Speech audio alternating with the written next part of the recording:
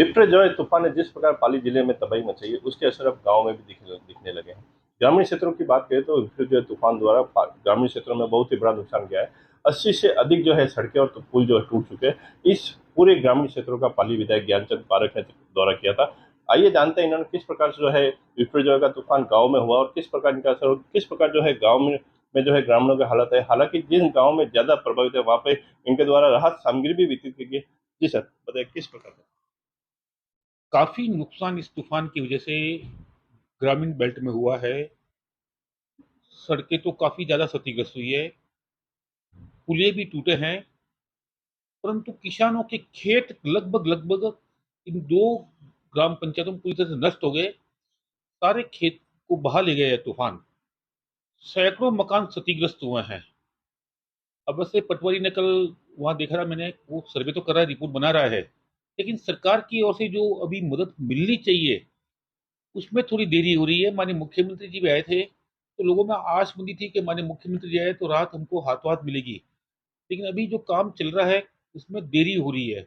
मेरा उनसे आग्रह भी रहेगा कि जो नुकसान हुआ है उसका तत्काल आकलन करवाकर ऐसे परिवार जिनको तत्काल सहायता की आवश्यकता है उनको तत्काल सहायता मुहैया कराए। उसके बाद में जो सड़कें वगैरह बनी है, टूटी है, पुलिया टूटे हैं, रास्ते आवागमन लगभग बंद हो गया है, तो उनको भी अतिशीघ्र कराने के निर्देश हो दें ताकि आवाजाही चालू हो सके।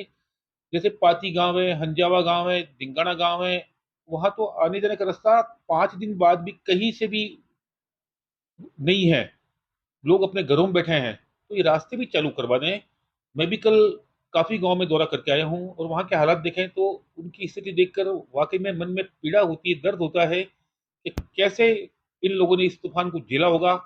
टापू बने गांव में वो चारों तरफ पानी से बीच में गिरे बैठे थे, फिर भी साहस के साथ उन्होंने मुकाबला किया है।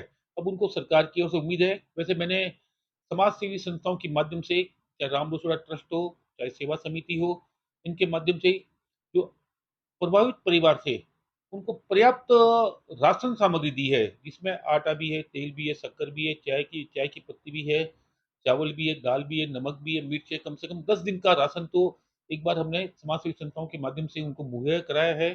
और आगे ये आज भी काफी हमारी टीमें जा रही है जो और अन्य स्थान जहां और प्रभावित लोग हैं उनको राहत सामग्री देगी। अब प्रयास पूरा कर रहे हैं और सरकार से भी आग्रह रहेगा, माननीय मुख्यमंत्री से आग्रह रहेगा कि आप पाली पधारे हो तो तत्काल सहायता वहां पहुंच जाए। वो कार्रवाई भी हो जानी चाहिए थी लेकिन अब तक नहीं हुई है, उसके कारण लोगों को थोड़ी सी परेशानी हो रही है। आपके द्वारा मुख्यमंत्री को ज्ञापन देकर भी उसमें अवगत, किन किन समस्याओं से अवगत है और क्या क्या मांग की थी। जो हजारों मकान पाली शहर और गांव में क्षतिग्रस्त हुए हैं उनका तत्काल सर्वे कराकर उनको उनके आकलन के अनुसार सहायता राशि उपलब्ध कराए, ताकि वो अपना बसेरा है ना, वो तो ढंग से रह सके वो। उसके अलावा कईयों के खेत टूटे हैं, खेत नष्ट हो गए, तो जो उनकी रोजी रोटी का प्रमुख माध्यम था जब वही नष्ट हो गया तो उनका अगला जो बारिश के बाद में खेती कर नहीं पाएंगे। तो ऐसे खेतों का सर्वे करा कर भी तत्काल उन खेतों को किस प्रकार ठीक किया जा सके, वो भी कार्रवाई की मांग मैंने की है। जो सड़कें टूटी है, जो पुलिये टूटे हैं, वो भी तत्काल ठीक हो जाए। ऐसी सारी मांगे मैंने उनसे माननीय मुख्यमंत्री से की है और मुख्यमंत्री जी ने मुझे आश्वासन भी दिया है कि निश्चित रूप से सरकार की ओर से एक अच्छी मदद इन परिवारों को मिलेगी। जी बिल्कुल, जैसा इन्होंने बताया कि ग्रामीण क्षेत्रों में जो किसानों की फसलें थी, जो उन्होंने बुआई कर रखी थी, वो इस तूफान में पूरी बर्बाद हो चुके हैं। कई खेतों में जो है पेड़ भी गिर चुके हैं, जिस कारण उनकी जो बाउंड्री है वो भी काफ़ी क्षति।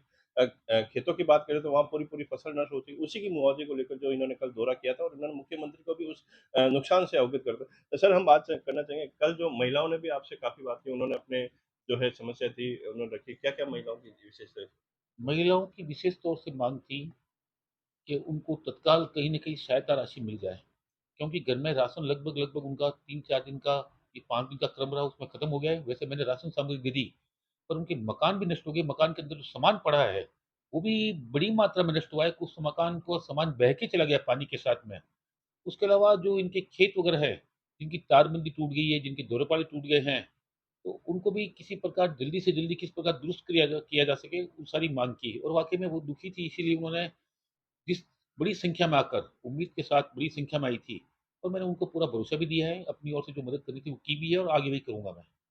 जी बिल्कुल, ये थे विधायक ज्ञानचंद पारख, जिन्होंने लगातार ये समाज सेवा और ग्रामीणों की जो है सहायता के लिए सदैव तत्पर रहता है। यही उन्होंने जो अपनाया और ग्रामीण जैसे ही थोड़ा असर कम हुआ चक्रवात का, तो इन्होंने गांव के दौरे किया और वहाँ के हालात सर एक और जाना है, इस समय चक्रवात के समय काफी पेड़ गिरे, काफी विद्युत सप्लाई भी बंद हुई। गांव में विद्युत सप्लाई की बात करें तो क्या है? अभी कुछ गांव में विद्युत सप्लाई चालू नहीं हुई, जैसे उमकली है, सरगों की ढाणी है, देवान है, वहाँ अभी भी कल तक विद्युत सप्लाई चालू नहीं थी। राखाना है, ढिंगाना है, इसके अलावा पाती, हंजावा, ये सारे है जो बिजली सप्लाई से अभी तक बाधित, ये इनकी सारी की बिजली से बाधित है। और भी कई सारे गांव है, धर्मदारी में 6 दिन बाद लाइट आई है, कहीं 5 दिन बाद लाइट आई है। तो ये कभी काफी लंबा टाइम लगेगा इनको ठीक करने में, क्योंकि नदी का पानी बीच में आ रहा है, तो वहाँ पोल खड़े करने, पोल को दुरुस्त करना थोड़ा सा है, लेकिन लगे हुए हैं, काम कर रहे हैं वो। जी बिल्कुल, जैसा कि बताया करीबन 6 से 7 दिन हो चुके हैं। गाँव में जिस प्रकार से विद्युत पोल गिरे थे, पेड़ गिरे थे, कुछ विद्युत पोल जो नदियों के बीच में खड़े थे, वो बहकर चले गए। इस कारण गाँव में जो है विद्युत सप्लाई काफ़ी जो है दुरुस्त होने में अभी समय लगा, लेकिन हालाँकि विभाग द्वारा जो 70 से 80% जो है गाँव में जो है विद्युत सप्लाई पूर्ण सुचारू रूप से, अब 20 से 25 जो शेष रहा है, उसको भी जल्द से शुरू कर दिया जाएगा। इंडिया न्यूज़ के लिए पाली से पन्ना लाल।